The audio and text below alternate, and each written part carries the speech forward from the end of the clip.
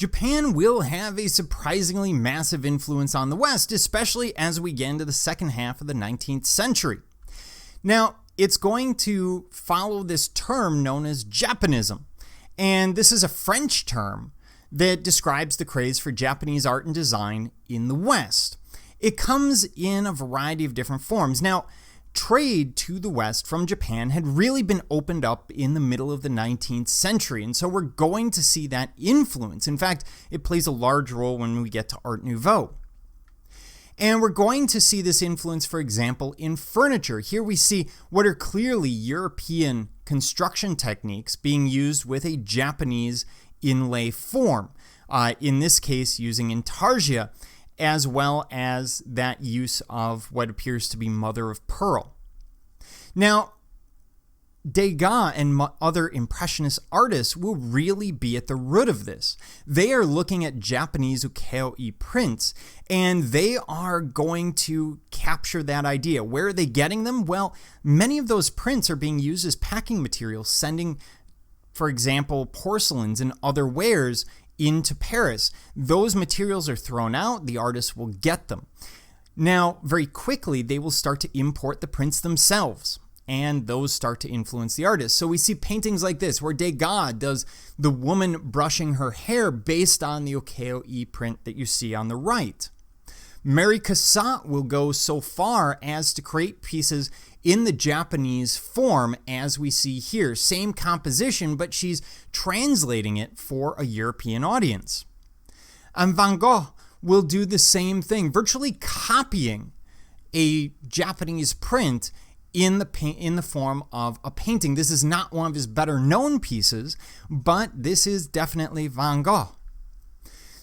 We also see the influence in Frank Lloyd Wright. When you look at his interiors, you see that use of natural woods, you see that very minimalistic form. Most of his furniture is going to be multi-purpose, and he tends towards a wide open space whenever possible, mimicking many of the interior design ideas that he picks up from Japan.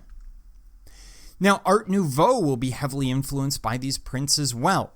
And it's a movement that we're going to get to later on in the semester, but it will take the curvilinear designs and many of the plant-based motifs that we see in Japanese ukiyo-e prints and translate them for a European audience.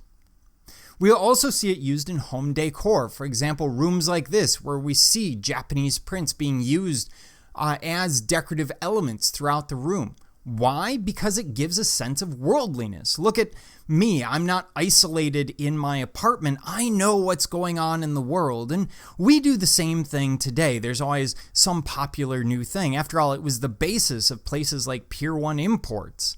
Or it's part of the draw of IKEA is I have this very sophisticated aesthetic and therefore I want to show it off. And in this case, at the end of the 19th century, they're doing it using Japanese prints.